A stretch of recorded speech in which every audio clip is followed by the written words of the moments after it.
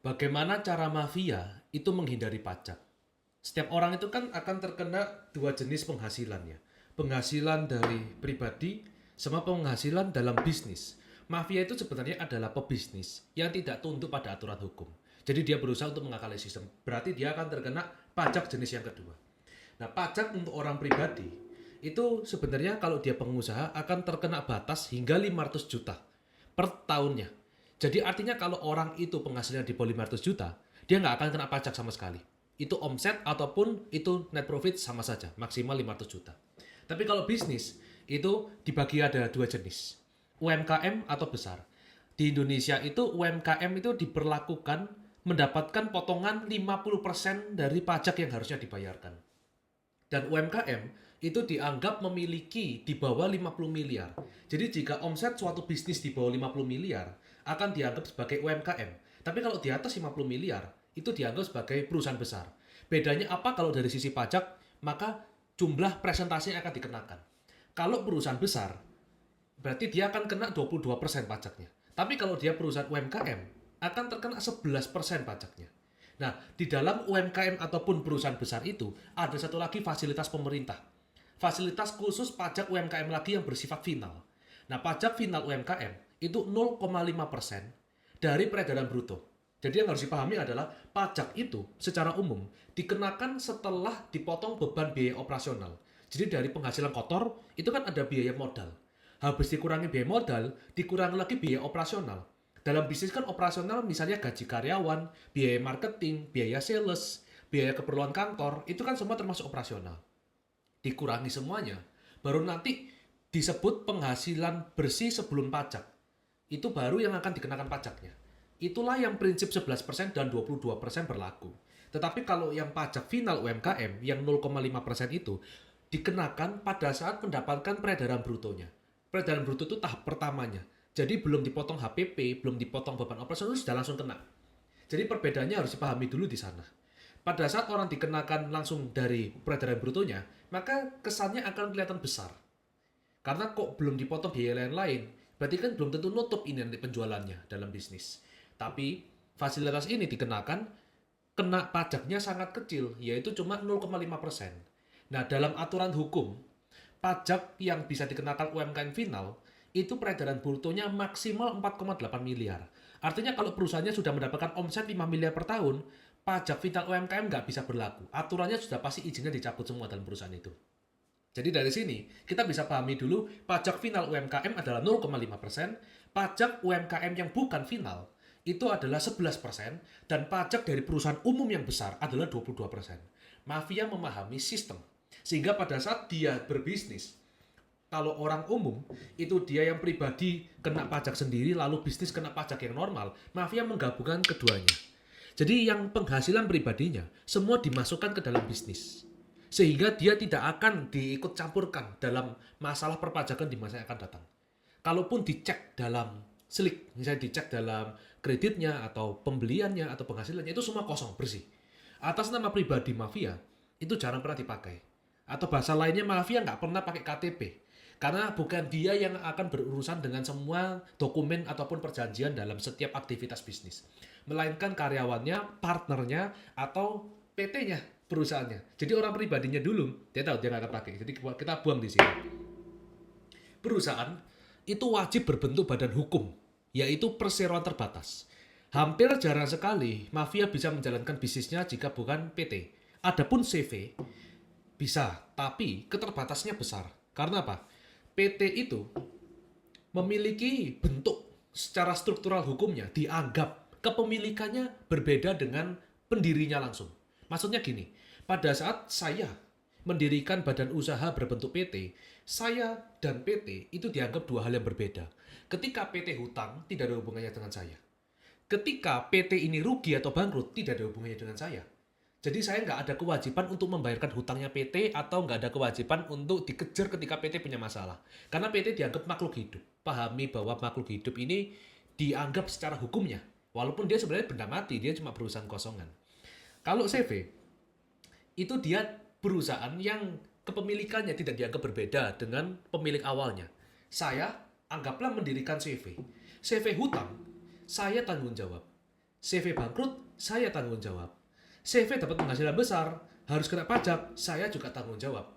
Karena bentuk usaha CV atau Komanditar Vennootschap itu kepemilikannya terikat dengan ownernya. Apabila saya owner dan partner saya juga owner semua, maka kita terikat pada semua konsep dan aktivitas operasional. Nah, itulah kenapa Mafia itu hampir gak pernah mendirikan CV. Dia paham cara kerjanya. Kita harus memilih dulu struktural hukum yang paling bonafit apabila kita ingin mengakali pajak. Seperti itu kan. Karena tujuan utamanya kan mengakali pajak. Beda lagi kalau ingin mendapatkan keringanan dari sisi dividen. Oh, itu enak di CV. Tapi topiknya di sini mengenai pajak. Oleh karena itu, semua mafia di Indonesia pasti mendirikannya PT. Ya, jadi PT itu adalah kunci. Karena ini adalah jenis perusahaan yang bisa dipakai untuk mengakali sistem perpajakan di Indonesia. Setelah pribadi tidak dikenakan, dia langsung semuanya menggunakan PT sebagai alat adu domba, alat untuk dikambing hitamkan. Kalau ada masalah, salin PT ya, bukan saya. Ya, jadi intinya kalau dulu saya yang kena, sekarang tidak ada. Kalaupun nanti PT ini yang kena masalah besar, entah dari perizinannya enggak ada, lalu terus dari kreditnya, waduh macet, hutang sama bank, bla bla bla, segala macam di masa yang akan datang, tinggal ditutup PT-nya. Pemiliknya nggak kelihatan, mafianya siapa mafianya yang dirikan PT baru. Nah, seperti itu cara kerja. Pada akhirnya, kenapa ke orang mendirikan PT? Setelah bisa memahami bahwa PT adalah kuncinya, kita akan masuk ke dalam jenis-jenis pajak. Pajak yang bisa dihindari, itu adalah pajak penghasilan. Kalau kita lihat jenis pajak ini kan terlalu luas ya dalam ilmu pajak. Ada pajak pertambahan nilai, ada pajak kendaraan bermotor, ada pajak pertambahan nilai khusus barang mewah, ada pajak impor, pajak ekspor, dan lain-lain. Kalau ngomongin yang detail mengenai jenis-jenis pajak, itu bukan hal yang bisa di-avoid, bukan hal yang bisa dihindari. Yang bisa dihindari adalah pajak penghasilan. Pajak pertambahan nilai itu bisa dihindari. Tetapi unsur penghindaran dalam pajak pertambahan nilai itu masuknya ke dalam evasion, yaitu penggelapan. Di sini tuh harus bisa dibedakan dulu. Penghindaran dengan maksud untuk melangkahi ketidakadaan keaturan hukum, sama sudah ada aturannya, dipaksa diterobos untuk melakukan kriminal. Nah, ini dua hal yang berbeda.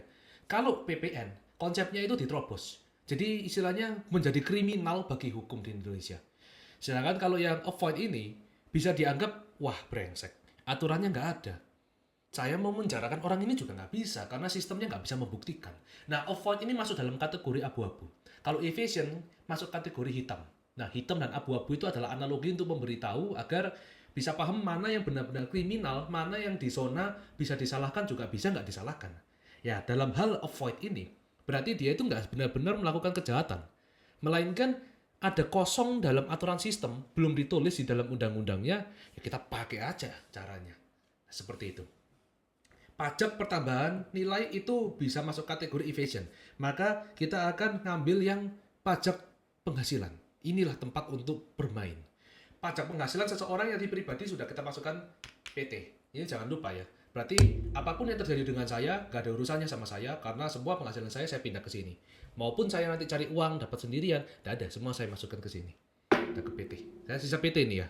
PT itu akan terkena pajak 22% kalau dia mau besar. Kan logikanya orang mau punya bisnis sampai besar ya. Nggak mungkin cuma mau kecil terus ya udah gitu-gitu aja bisnisnya. Oh, kita mau besarin usahanya. Tapi kita nggak mau bayar pajak besar. Manfaatkan. Yang pertama disebut artificial fragmentation. Ini adalah teknik di mana orang itu bisa mendirikan berbagai perusahaan banyak yang bertujuan untuk mengakali pajak. Karena pajak di Indonesia itu kenanya makin besar dan bersifat progresif, maka mafia memanfaatkan berbagai PT berbeda untuk dikenakan pajak yang minim. Jadi setiap PT itu didaftarkan sebagai UMKM. Pada saat pendaftaran ke UMKM, dia akan terkena 0,5% pajaknya dari gross income. Pada saat peredaran bruto maksimal sesuai aturan hukum 4,8 miliar, maksimal juga pajak yang dikenakan adalah 24 juta. Itu kan sudah dihitung dalam bisnisnya, sehingga kita nggak bahas dari perhitungan bisnisnya. Sudah dihitung bahwa 24 juta kesannya lebih murah. Kalau misalnya dia nggak pakai teknik itu, dia akan membayar pajak sampai 1 miliar, sampai 2 miliar, sampai 3 miliar. Jadi perbandingannya kita harus hitung berapa uang yang bisa dihemat dari perpajakan ini, dari ancaman pajak. Jadi kalau harusnya bayar pajak 3 miliar, dengan avoid, itu bukan nggak bayar sama sekali nol, nggak boleh. Kalau nggak bayar sama sekali, itu sudah ketahuan. Itu sudah ketahuan pasti adanya pelanggaran. Tapi mafia nggak sebodoh itu. Mafia tetap bayarkan pajak untuk menghindari yang namanya kecurigaan. Jadi dikurangi jumlah persentasenya hingga 90%. Misalnya 3 miliar berarti cuma bayarnya 300 juta. Gitu ya. Jadi ini harusnya kena satu perusahaan ratusan juta. Tapi dia bisa cuma kena 24 juta. Artinya kalau dilihat dari sisi bayar pajak, dia kan bisa hemat tuh. Nah, gimana tapi kalau saya mau punya banyak usaha? Jawabannya mendirikan sebanyak usaha. Misalnya omsetnya adalah 50 miliar, maka mafia harus mendirikan 11 perusahaan berbeda. Dan nggak boleh kelihatan namanya dicantumkan di sana sebagai pemilik. Karena akan ketahuan bahwa dia yang memiliki perusahaan.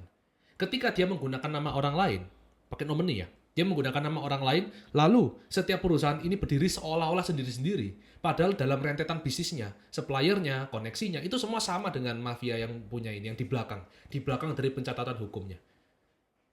Itu bisa tetap menjalankan transaksi seolah-olah nilainya sampai 50 miliar. Nah, begitulah. Dia tahu bahwa nilai perusahaannya berapa. Tapi untuk menghindari pajaknya, dia pecah-pecah. Pemecahan ini disebut artificial fragmentation. Jadi kalau nanti omsetnya mau nyampe ke 100 miliar, boleh lagi dipecah sampai 20 perusahaan. Pertanyaannya kan apakah itu kesannya ribet? Itu kan ribet ya kesannya, betul. Itu kesannya ribet. Tapi teknik ini dilakukan oleh para mafia karena ribetnya itu lebih baik daripada jumlah pajak yang harus dibayarkan. Kalau dia harus bayar pajak dari total omset satu perusahaan besar 50 miliar, dia akan kehilangan miliaran rupiah juga untuk bayar. Dan nggak mau kan mafia direbut hartanya dengan cara seperti itu oleh negara. Jadi dia menggunakan teknik dipecah-pecah. Karena kesan ribet itu hanya karena orang itu nggak masuk ke industrinya. Karena orang nggak masuk ke sana, jadi dia lihat punya 20 perusahaan kok ribet. Padahal pengelolaannya juga nggak susah banget. Karena mafia ini juga sudah punya anak buah. Mereka lah yang nge-handle perusahaan-perusahaan itu. Dia juga tetap seperti orang yang menjalankan usaha seperti normal. Jadi dilihat dari sisi keribetan, sebenarnya nggak terlalu ribet kalau kita mau dalemi bidang itu.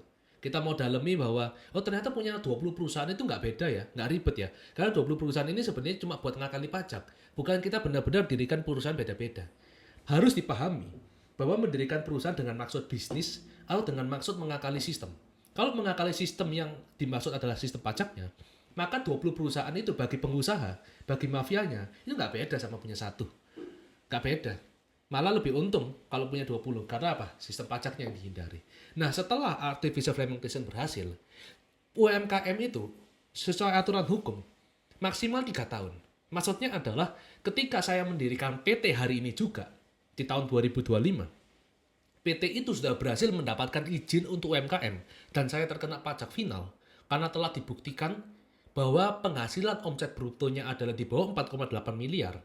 Maka saya akan mendapatkan izin hingga 3 tahun berturut-turut. 25 ke 26, 27 ke 28. Maka 2028 adalah batas akhir saya bisa mendapatkan insentif UMKM final itu. Nah, ketika insentif UMKM final ini habis, saya melakukan yang namanya tax arbitrage. Ini adalah teknik di mana saya mendirikan badan usaha berulang dan menghancurkan perusahaan yang lama. Dan pada saat saya mendirikan perusahaan yang ulang, perusahaan itu didaftarkan lagi untuk UMKM. Jadi teknik recurring. Pertanyaannya apakah itu juga menyulitkan? Jawabannya enggak. Justru lebih sulit bayar pajak besar. Karena kalau diomong dari beban operasional, keluar uang untuk dirikan PT lebih murah daripada keluar uang untuk bayar pajak. Dan mafia paham itu. Sehingga mafia lebih milih mengeluarkan biaya operasional lebih kecil di pendirian badan usaha berulang, urusan yang terkesan ribet, daripada membayar pajak dengan sempurna. Nah, itu disebut tax arbitrage. Dua teknik ini, artificial fragmentation dan tax arbitrage, itu bekerja sama. Sudah dipecah-pecah, di-recurring ulang lagi. Nah, teknik ini teknik yang paling sangat umum, yang di lingkungan para mafia itu melakukan. Ini teknik yang umum untuk para mafia, tapi nggak umum untuk masyarakat yang nggak pernah bermain di bidang ini. Jadi, di sisi tertentu ini juga pasti akan membuat polemik untuk suatu perdebatan. Karena banyak sekali orang yang nggak paham sistem ini, tapi mereka kan berbisnis dengan normal tuh kena pajak besar. Kok ada ya orang yang bisa memanfaatkan sistem ini? Nah, itulah yang disebut pengetahuannya. Lalu, dalam hal pajak penghasilan, apabila tidak ingin memanfaatkan yang namanya tax arbitrage dan artificial fragmentation, dia akan menggunakan beban operasional sebagai tempat untuk permainannya. Nah, kita harus kembali dulu ke yang awal tadi. Di awal kan saya ada bilang bahwa 22% dan 11% mengenai pajak yang dikenakan non-insentif UMKM. Non-insentif UMKM 0,5% itu. Kalau 0,5% dikenakannya dari peredaran bruto. Kenapa kok Kalau peredaran bruto harusnya kita mendirikan banyak perusahaan karena percuma juga. Mau gimana pun kita akan kena 0,5% dari brutonya. Nggak bisa diakalin soalnya. Jadi pengakalan terhadap sistem insentif UMKM adalah dirikan banyak perusahaan yang sama-sama kecilnya. Tapi kalau nggak mau ngakalin dari sisi insentif UMKM, melainkan jenis yang UMKM normal, bukannya insentif sesuai peraturan terbaru, itu baru kita cukup punya satu perusahaan besar nggak apa-apa. Nah ini adalah pilihan. Pertanyaannya mafia pakai yang mana? Tergantung mafianya siapa.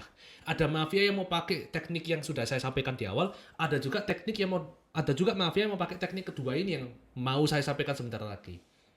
Itu semua tergantung karena ilmunya kurang lebih ya seperti ini. Teknik kedua ini bukan memecah perusahaan, tapi punya satu perusahaan besar yang terkesan lebih aman, lebih nyaman lah ya, bukan aman. Tapi dia menggunakan beban operasional untuk segala-galanya. Kembali ke awal tadi bahwa orang itu kan pasti terkena pajak untuk pribadinya. Dia juga butuh uang untuk biaya hidup. Dia juga butuh pemasukan. Itu kan harusnya kena gaji, kena pajak. Itu kan harusnya dia beli aset, kena pajak. Pajak progresif lagi. Cuma dimasukkan, ya ini teknik yang kedua. Ketika mendapatkan peredaran bruto, dia setelah dipotong HPP, masuk ke beban operasional. Beban operasional ini digunakan oleh mafia untuk biaya operasional kehidupan pribadinya di luar dari operasional perusahaan. Kalau operasional perusahaan kan ya sudah umum, itu kan perhitungan bisnis. Ngapain dibahas, itu perhitungan bisnis kok. Nah di sini adalah penghindaran pajaknya berarti daripada seorang mafia ini menggunakan uang pribadi setelah dia gajian, terus dia kena pajak baru dia bisa pakai. Lebih baik dari awal dia nggak ambil gaji sama sekali, tapi biaya operasional diambil untuk keperluan pribadi. Seolah-olah ngambil gaji, padahal itu bukan gaji. Seolah-olah ngambil untuk biaya manajemen fee, padahal itu bukan manajemen fee. Pada saat dicatat di dalam perusahaan untuk menghindari manipulasi, dicatat sebagai biaya entertainment dari calon klien. Itu akan selalu ada. Apabila ada pengusaha yang memang pernah melihat dokumen seperti entertainment fee, biaya entertainment, ketemu sama orang, ada minum-minum, makan-makan, dan biayanya sangat besar sekali. Itu kebutuhan pribadinya yang dipakai dan dicatatkan ke perusahaan. Itu ya, kalau orang yang nggak paham sistem itu akan merasa rugi buat perusahaan. Tapi mafia itu tahu kalau itu bukan hal yang merugikan, itu menguntungkan. Justru dia tahu bahwa lebih rugi kalau saya ambil gaji, setelah itu saya bayarkan pajak terus saya pakai. Itu malah kelihatan seperti orang yang nggak paham, orang yang bodoh sekali. Itu yang pertama, kebutuhan pribadi. Semua pribadi. Mau biaya makan rumah, biaya listrik, biaya air, biaya jalan-jalan, biaya keluarga, semua. Mau butuh berapa sih? 50 juta per bulan. Langsung ambil dari perusahaan. Tapi nggak langsung besar. Diambilnya kecil-kecil dan setiap pencatatan itu pencatatan operasional. Itu adalah teknik pengambilan gaji yang tidak membayar pajak. Lalu yang kedua, ini adalah teknik untuk mengambil dan membeli sebuah aset. Mafia tidak pernah beli aset atas nama pribadinya. Mereka selalu membeli pakai atas nama perusahaan. Mobil, rumah, gedung, itu semua atas nama PT. Nggak boleh atas nama pribadi. Karena mereka tahu apabila atas nama pribadi akan terjadi dua hal yang buruk. Yang pertama, pencatatan harta kekayaan akan terlihat. Dan yang kedua, pajak yang harus dia bayarkan progresif. Nah, pencatatan ini buruk kenapa? Karena negara jadi tahu bahwa dia ini kaya. Ketika negara tahu orang ini kaya, akan selalu ada masalah di kondisi yang akan datang. Misalnya ini mafia mau ngambil hutang kredit bank, yang sebenarnya nggak ada hubungannya dengan pajak dulu ini Mas Yan. Ke depan dia mau ngambil kredit bank. Ketahuan kalau asetnya ini banyak atas nama pribadi. Itu sangat beresiko sekali untuk dia bisa disita. Tetapi kalau dia tidak menunjukkan bahwa dia yang punya, atas namanya diganti orang lain, pakai nama PT, bisa digelembungkan dulu. Dari situlah akhirnya negara atau pencatatan dari sisi administratif negara nggak tahu kalau ini orangnya sebenarnya kaya. Mafia itu nggak kepingin ketahuan kalau dia kaya. Dia itu beneran kaya yang pengen terlihat semiskin mungkin. Kalau bisa saya kelihatan bodoh lah, jangan sampai saya kelihatan pintar. Karena saya benar-benar paham sistemnya. Beda dengan orang yang sebenarnya bodoh tapi ngesok pintar tuh beda. Kalau itu kan proses untuk cari tenar atau proses untuk dia bisa diterima oleh banyak orang karena dia nggak punya apa-apa. Beda kalau mafia dia, wah bisa mungkin nggak ada orang tahu saya. Jangan tahu kalau ini rumah semua punya saya. Jadi saya bikinin pakai nama PT. Ya, yang pertama untuk menghindari pelacakan negara. Yang kedua adalah pajak. Pajak ini berarti begini. Orang pribadi pada saat beli mobil itu akan terkena pajak progresif. Punya 2 mobil pajaknya lebih besar, punya 3 mobil pajaknya lebih besar. Ketika mafia ini membeli mobil menggunakan nama PT, dia tidak akan terkena pajak progresif. Dan jumlah pajak yang dibayarkan bisa jadi pengurangan beban pajak yang lainnya. Sedangkan kalau pribadi, nggak bisa. Kesimpulannya, dalam hal perpajakannya, kalau orang pribadi dia harus bayar pajak untuk mobil per tahun itu 50 juta, maka kalau dia masukkan ke dalam perusahaan semuanya, dia bisa membayarkan pajak itu kurang dari 10 juta. 5 kali lipat lebih murah. Bisa sampai lebih sebesar itu. Jadi, mobil salah satu contoh, salah satu variabel. Variabel lainnya rumah, nggak beda jauh. Rumah juga digunakan dia yang meninggalkan sendiri, dia yang tinggal tuh di rumah itu. Dia yang tinggal di dalam situ, tapi kalau dicek dalam sertifikatnya itu atas nama PT. Jadi apabila terjadi masalah di masa yang akan datang, yang disita rumahnya atas nama PT. Dan kalaupun besok-besok itu harus bayar pajak, pajaknya dikenakan ke PT juga, dan itu bisa jadi beban pengurangan. Karena ketika dalam satu perusahaan ini terkena banyak sekali proses birokrasi, dia bisa sekali diakali, digabung-gabungkan, dipotong-potongkan, jadi kesannya kayak kelihatan kecil sekali. Nah, itu variabel-variabelnya semua. Jadi dia yang menikmati, dia yang punya, tapi dicatatnya secara hukum atas nama PT. Karena hukum itu hanya mencatat. Kepemilikan itu sebenarnya hanya berdasarkan apa yang berhasil kita beli. Tetapi kita nggak butuh sekali bahwa tercatat atas nama saya atau atas nama orang lain, itu nggak penting sebenarnya. Mafia itu berpikir seperti itu. Kalau orang biasa berpikir ini harus atas nama saya karena ini punya saya, mafia berpikir, loh selama saya beli itu punya saya, walaupun mau saya catatkan atas nama apa. Itulah perbedaannya. Jadi variabel apapun, dia yang memiliki asetnya, tetapi dibuat atas nama PT. Lalu gini, dalam hal pengurangan beban operasional apabila ingin mengambil uang besar, itu kan pengusaha bisa ngambil dengan dua cara. Yang pertama gaji, yang kedua adalah dividen. Gaji itu akan terkena PPh 21, pajak progresif 5% sampai 35%. Dividen akan kena pajak 10%. Misalnya mau ngambil 1 miliar dari dividen, dia akan terkena pajak 100 juta. Apabila ingin ngambil gaji juga ratusan juta, dia akan kena pajak progresif sampai lapis 3, lapis 4. Mafia mengakali pengambilan uang selain dari kebutuhan operasional tadi, mereka menggunakan yang namanya manajemen fee. Manajemen fee ini menghilangkan kewajiban pembayaran pajak dari gaji dan dari dividen. Karena dua-duanya terkena pajak double, dan pada saat ngambil dari sini itu sudah harus dibayarkan dulu pajak perusahaan jadi triple, dia mengambil manajemen fee untuk mengurangi tiga-tiganya.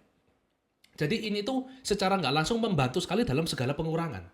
Kalau ngambil gaji, kena pajak. Dividen, kena pajak. Lalu harus bayarkan dulu pajak perusahaan. Tiga-tiga kan kena pajak. Tapi saya mau hindari semuanya. Sehingga saya kurangi dulu biaya operasionalnya dengan ngambil manajemen fee, tapi saya juga nggak usah ngambil gaji karyawan, dan juga saya nggak usah ngambil dividen. Karena apa? Manajemen fee itu cuma kena 2% dari total bruto. Sedangkan dividen kan kena 10%. Maka biaya pajak yang harus dikeluarkan untuk manajemen fee itu 5 kali lipat lebih murah. 1 miliar 20% 20 juta. 1 miliar 10% 100 juta. 20 juta lawan 100 juta. Hemat 80 juta dari renggutan pajak. Karena pajak ini bersifat rampokan oleh negara kepada para pengusaha. Jadi pengusaha merasa, saya ini secara nggak langsung hemat 80 juta. Karena saya hampir dirampok negara sebesar 80 juta. Nah, lebih baik 80 juta ini masuk lagi ke perusahaan kan? Dicatatnya sebagai apa? Manajemen fee. Cuma 2%. Gaji perlu nggak? Sudah nggak perlu kan sekalian. Mau ngambil berapa sih? Dividen 1 miliar, gaji 1 miliar, 2 miliar. Langsung aja manajemen fee 2 miliar kali 2%. Berarti 40 juta. Udah. Bayar pajak cuma 40 juta. Daripada dia harus bayar pajak sampai ratusan juta. Pokoknya bisa 5 sampai 10 kali lipat lebih besar kalau kita mau masuk ke akuntansi dan pencatatannya. Nanti waktu ditunjukin juga kelihatan. Oh, ini tuh bisa hemat lebih dari 5 kali lipat. Dan ini kan salah satu variabel. Variabel yang ini adalah membahas mengenai pengambilan uang dalam bentuk manajemen fee. Ditambah variabel-variabel yang lain, total penghematan pajak itu bisa sampai 90%. Dan ini nyata sekali tax avoidance. Lalu yang selanjutnya adalah mendirikan perusahaan offshore. Nah, ini adalah teknik di mana para mafia ini benar-benar nggak mau bayar pajak sama sekali. Itu kalau case yang nggak membayar pajak. Dan memang ini akan menimbulkan kecurigaan. Dia akan mendirikan perusahaan di luar negeri. Skemanya simpel. Pada saat ada transaksi di Indonesia, transaksi itu dilakukan oleh perusahaannya, limited liability company di negara luar yang bebas pajak penghasilan. Uangnya ditransferkan ke sana. Lalu di sana dicatatkan dalam akuntansi sebagai gross income. Karena di negara tersebut itu pajaknya 0%, maka dia tidak akan dikenakan biaya apapun dalam penghasilan, lalu uangnya ditransfer lagi ke perusahaannya di Indonesia berbentuk perseroan terbatas, dicatat sebagai investasi arus kas pendanaan. Karena pada saat masuk uang arus kas pendanaan itu, dan uang itu berasal dari aktivitas bisnis yang sudah dicatat secara legal di negara luar yang bebas pajak, maka dana yang masuk ini tidak bisa dikenakan pajak apapun. Itu adalah teknik yang terakhir. Nah, dari semua teknik ini, kesimpulannya adalah kenapa kok banyak perusahaan itu bisa survive dalam ancaman hukum yang fokusnya adalah perpajakan? Kenapa kok ada perusahaan yang nggak sanggup untuk menahan beban operasional dari perpajakan? Kuncinya adalah permainan yang dilakukan oleh para mafia jarang diketahui oleh masyarakat umum atau jarang juga diketahui oleh pengusaha newbie. Jarang juga diketahui oleh pengusaha yang baru masuk, yang nggak belajar industri dunia permainan ini. Tapi mereka yang memahami sistem ini, mereka pasti akan mampu bertahan. Karena dunia itu tidak bekerja dengan cara menjadi orang baik. Dunia bekerja dengan cara mempunyai kemampuan atau mempunyai kecerdasan dalam hal mengakali seluruh sistem yang ada.